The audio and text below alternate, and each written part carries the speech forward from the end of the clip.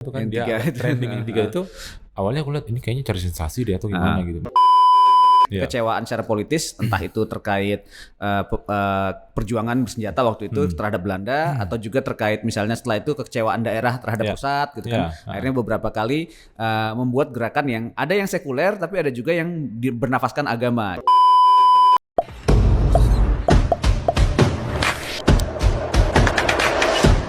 Ini cerita kita. Oke, kita kali ini ngobrolin soal yang agak trending, Bang. Jadi kemarin itu ada berita ditangkap gitu. Oh, 3 jenderal yang deklarasi NII ya? mendeklarasikan NII. Jadi bendera merah putih, terus mereka pakai logo bulan sabit, terus ya itulah mereka deklarasi sebagai jenderal dan ya akhirnya kan kena dianggap makar dan juga melecehkan lambang negara. Oke, gitu. NII itu negara apa sih? Negara Islam Indonesia. Oh, negara gitu Islam ya. Indonesia. Oke, mungkin Gitu. teman-teman juga mungkin ada yang nggak tahu ya. Mungkin itu, dan sejarahnya kan udah agak lama, tapi kita nggak tahu lah apa gerakan yang sekarang masih ada kaitannya dengan yang dulu kan itu panjang. Tapi yang jelas pertama kan waktu itu yang DITII ya tahun 48 ya waktu itu. Jadi itu pas zaman 49 ya, dia. pas zaman revolusi setelah agresi militer. agresi militer Belanda, terus ada perjanjian Renville waktu itu dan ya ada yang kubu yang tidak setuju dan mungkin sudah ini ya. Jadi tokohnya mungkin waktu itu RM Kartosuwiryo ya. Angkat di sana. Terus mungkin gerakan itu sempat diam dan mungkin ada beberapa ex kombatannya yang sempat melakukan beberapa kali tapi tidak sebesar itu dan akhirnya diredam dan mungkin sampai sekarang masih ada. Tapi ya itu kita nggak tahu keterkaitannya gimana. Tapi isu itu akan selalu muncul terus ya. Ada beberapa kali muncul gitu. Nah, kalau Abang gimana ngeliatnya? Aku ngelihatnya mungkin tarik dulu dari awal dulu ya, bahwa negara Islam Indonesia itu kan dulu awalnya karena kalau dari sejarah yang kita baca bahwa karena itu Kartosuwiryo itu kecewa terhadap hasil dari perjanjian Renville Indonesia dan Belanda yang di situ keputusannya bahwa Bandung harus di Jawa Barat. Negara Pasundan ya waktu itu. Pasundan Jawa bagian barat tidak masuk ke dalam ini. Bukan tidak masuk, jadi dikosongkan. Nah, jadi dikosongkan gitu. Nah, jadi di situ dia merasa bahwa kok kayak nggak ada artinya Jawa Barat buat kita gitu loh. Jadi akhirnya dia mendeklarasikan bahwa negara Islam Bersatu Indonesia itu di Cisayong, daerah desa Cisayong. Nah, jadi itu kemudian berkembang dan ada gerakan juga yang di apa? Kalau nggak salah di daerah timur ya, Karmujahar. Itu di sana. Lalu juga ada yang dari Aceh, dari Riau ya. Nah, jadi ini kan sebenarnya kalau ditarik bahwa sebenarnya kalau aku sih ngelihatnya bahwa ini sebenarnya bukan gerakan kepengen jadi negara agama, tapi sebenarnya karena kecewa hasil Renville yang seolah-olah yang kelihatannya tidak berpihak sama dia dan teman-teman di Jawa Barat. Tapi memang waktu itu kan Bung Hatta melihat bahwa dia udah tahu kabar deklarasi ini itu, lalu kan Bung Hatta tuh kalau nggak salah lewat siapa ya, lewat Nasir atau lewat siapa gitu dia ngelobi lah. Ngelobi kira-kira gitu. Lalu jadi surat lobinya ini itu harusnya kalau waktu itu harapannya datangnya sebelum di deklarasi NII, tetapi ternyata surat itu terlambat datang karena memang ya tahu sendiri kan waktu itu kondisi negara kita kan transportasi juga masih susah dan memang masih menghadapi agresi Belanda kan waktu itu. Nah, jadi surat itu datangnya terlambat gitu. Jadi akhirnya dan sementara Kartosuwiryo ini pantang menarik omongan. Kalau sudah declare gitu loh. Nah, jadi teruslah dia berjuang untuk itu gitu. Tapi yang perlu aku pikir gini ya, kita juga perlu melihat bahwa Kartosuwiryo ini kan dia ikut membantu negara kita merdeka juga ya. Ya, sebenarnya kan 3 ini ya sama-sama muridnya dari Cokro Aminoto. Jadi teman dekat Soekarno juga. Iya, satu rumah mereka. Nah, tapi kan memang karena kecewa itu tadi ya. Jadi artinya memang memang nggak bisa juga semua orang disenangkan. Iya, gitu. Betul. Itu sih. Karena kalau Abang bilang tadi lobinya benar ya di Aceh waktu itu Dotbere kan memang Muhammad Nasir sempat melobi langsung dan akhirnya dia bilang kalau tetap lakukan ini saya akan mundur sebagai Perdana Menteri karena gagal ini dan akhirnya sempat jadi nggak jadi pemberontakan yang khusus gitu. Nah, terus kayak di Kahar Mujakar memang akhirnya jadi masa ini ya sendiri ya bergabung dengan yang lain. Tapi di Jawa Barat memang waktu itu sampai jadi ini ya, jadi pemberontakan bersenjata jadinya. Jadi betul. Emang itu nah, kalau ditarik seperti sekarang mungkin ya kalaupun mungkin masih ada gerakan-gerakan seperti itu mungkin ya teman-teman ini juga karena mungkin punya kekecewaan atau alasan tersendiri gitu loh. Tapi ya kita kan negara republik ya, Indonesia gitu loh. Jadi ya memang kita bukan negara agama sekali lagi gitu. Ya gitu. Jadi dan memang itu jadi ini ya isu yang selalu membayangi. Jadi kekecewaan secara politis entah itu terkait perjuangan bersenjata waktu itu terhadap Belanda atau juga terkait misalnya setelah itu kekecewaan daerah terhadap pusat gitu kan. Akhirnya beberapa kali membuat gerakan yang ada yang sekuler tapi ada juga yang bernafaskan agama gitu ya gitu. Jadi kayak di PRRI Permesta waktu itu kan ada ini. Jadi ada sebenarnya semacam kalau boleh dibilang kalau kita bilang sebenarnya nggak memberontak ya, seperti kayak niat awalnya mungkin protes. Iya protes awalnya gitu. Protes, tapi memang akhirnya jadi karena memang ini juga gitu, jadi ada perang bersenjata ya gitu.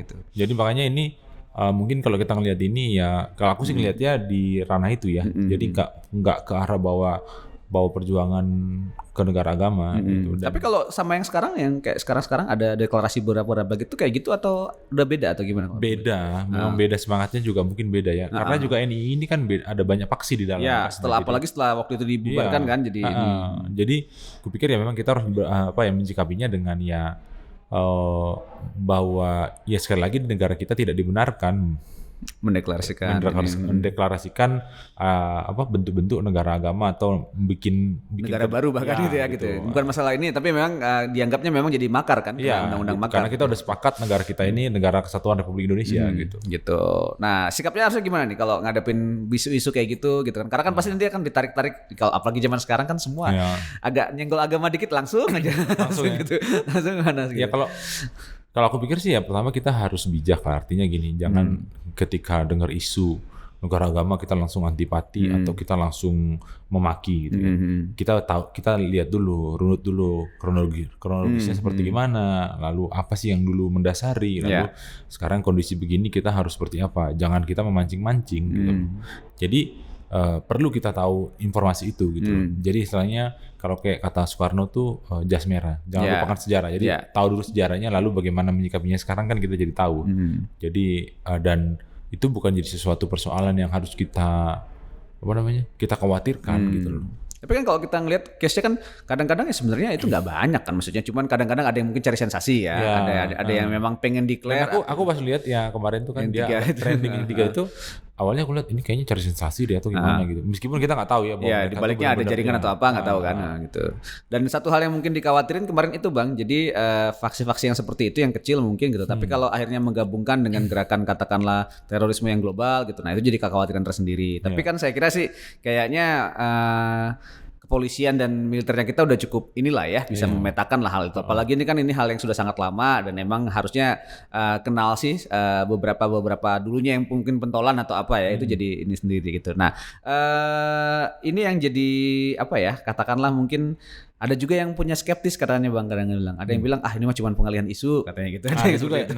Kita jangan kadang-kadang kita juga mungkin harus menghindari yang kayak gitu ya. Jadi jangan berpikir bahwa ini mah pemerintah pengen ngalihin isu atau apa gitu. Jangan lah, artinya mungkin kita jangan terlalu berpikir terlalu jauh gitu. Kita suka negative thinking ya, suzon ya. Kita suka suzon duluan dan kepanjangan gitu. Iya kan kadang-kadang gitu kan, ini mah nggak ada sebenarnya tapi ini orangnya pemerintah jangan-jangan gitu. Jadi yang lagi kalau aku sih berpikir gini, ngapain pemerintah capek-capek bikin begituan, orang dia mengerjakan programnya aja sekarang setengah mati. Iya, apalagi sekarang kita ngadepi kemungkinan infrastruktur terus dibangun tapi kita harus ngalami kayak mungkin ada risiko gelombang ketiga sekarang untuk COVID gitu kan. Jadi memang banyak hal sebenarnya yang masih harus diurus sebenarnya. Capek kali kalau pemerintah harus bikin begitu kan gitu. Jadi ya kita harus itu sekali lagi mungkin kita harus terbuka lah ya, lalu melihat ini semua dengan lebih arif lah, artinya jangan memancing di air keruh, lalu juga jangan memanas-manasi orang lain gitu. Jadi bahwa kita mungkin aku berpikir gini ya, dulu kan founding fathers kita tuh sudah bangun negara ini susah payah ya. Jadi mari kita terus juga untuk menjaga kebinekaan kita, lalu persatuan kita sebagai bangsa Indonesia, itu sih. Iya. Dan risiko untuk separatisme dalam artian ada orang yang kecewa terhadap pemerintahan terus itu di mana-mana ada. Iya, gitu kan. Di mana-mana ada itu. Pakai ada yang cara damai, ada juga mungkin yang pakai cara pemberontakan bersenjata gitu kan gitu. Nah, itu yang jadi kayak itu kan yang Permesta kan itu kan jadi akhirnya beres kan? Ya kan itu kan basicnya karena kecewa juga kan. Kecewa karena terlalu pusat dan tidak mementingkan daerah kan waktu itu gitu. Ya memang akhirnya ada penumpasan dengan operasi militer ya gitu. Tapi niat awalnya kan bahkan itu tokoh-tokohnya justru tokoh-tokoh yang emang katakanlah memang dulu founding father juga ya gitu. Pak Syafruddin Parimagara, bahkan dulu terus itu mantan ininya kan mantan Pangdam Siliwangi bahkan pejuang Alex Kawilarang kan salah satu yang emang disepukan gitu waktu itu. Sehingga waktu pasukan Siliwangi disuruh untuk menumpas sana mereka tetap sungkan sama ininya ya. Kalau gitu. yang disebut siapa? Kolonel Simbolon ya itu salah nggak? Iya, Simbolon kan? Seperti itu. Ada Dewan Gajah kan di Sumatera Utara waktu itu. Jadi emang waktu itu bikin beberapa dewan. Niat awalnya kan protes dan tidak ingin jadi negara sendiri, tapi ya ternyata jadinya memang pemberontakan kan. Gitu. Tapi kita nggak tahu kan, jangan-jangan bisa jadi ada oknum juga atau apa gitu. Tapi ya sudahlah, kalau sejarah mengatakan bahwa itu makar, ya oke, kita ya mau bilang apa gitu kan. Tapi memang ya itu tadi maksudku ya jangan dilebih-lebihkan gitu loh. Betul. Dan aku lihat sih waktu itu rekonsiliasi ya, karena tokoh-tokoh Permesta kan waktu itu mungkin sempat agak diisolasi tapi nggak sampai parah itu jadi ini ya. Kita ngelihat Pak Syaf masih hidup waktu itu, terus Pak siapa yang di Manado Sumual ya, Vinci Sumual, dan itu masih bisa ini, dan agak berbeda dengan cara kita menangani beberapa kasus terhadap misalnya ke yang waktu itu NII dan PKI ya, agak berbeda karena memang itu agak berdarah-darah kalau yang gitu. Jadi kalau misalnya kalau aku sih ngelihat gini, bahwa Permesta sama NII itu mirip lah motifnya ya, karena ada kekecewaan secara politis. Kalau berbeda mungkin dengan PKI. Kalau PKI mungkin dia lebih ke arah merebut kekuasaan, gitu kan. Nah, jadi begitulah. Jadi kalau sekarang, dan aku pikir gini ya, kalau menyikapi gerakan-gerakan itu sekarang, kita ini kan sudah sangat, negara kita ini sebentar lagi udah jadi bakal negara maju nih. Ya, dan kita udah lumayan matang lah ya dengan begitu banyak isu itu. Dan kita akan jadi negara yang memang berhadapan dengan global langsung gitu lah. Jadi bukan lagi lokal.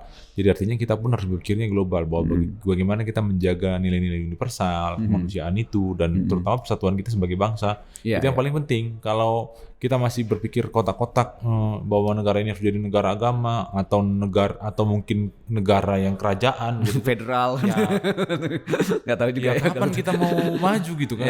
Itu sih kalau aku berpikirnya gitu. Ya, dan maksudnya tadi seperti yang Bang bilang ya, isu-isu kayak gitu kan di semua negara pasti ada aja. Even negara besar sebesar Tiongkok atau Amerika pun ada aja kelompok-kelompok. Ada gerakan-gerakan yang memang kecewa gitu, dan memang tidak bisa semua disenangkan gitu. Dan kita nggak boleh lupa bahwa di dalam dalam menciptakan satu kebijakan yang baik, di situ kan juga ada gerakan politik untuk mengupayakan itu, dan di situ mungkin gesekan-gesekan itu. Dan mungkin ada yang merasa disingkirkan, merasa kecewa, jadi wajar ada gitu. Ini ya. Jadi, tapi aku pikir aku juga cukup salut juga yang ngelihat Bung Hatta ya, atau tertegun lah, artinya ketika dia tahu bahwa ini arahnya Kartosuwiryo akan seperti gimana, dia berusaha untuk menengahkan itu semua, jadi supaya dia artinya jangan dianggap sebagai pengkhianat. Betul.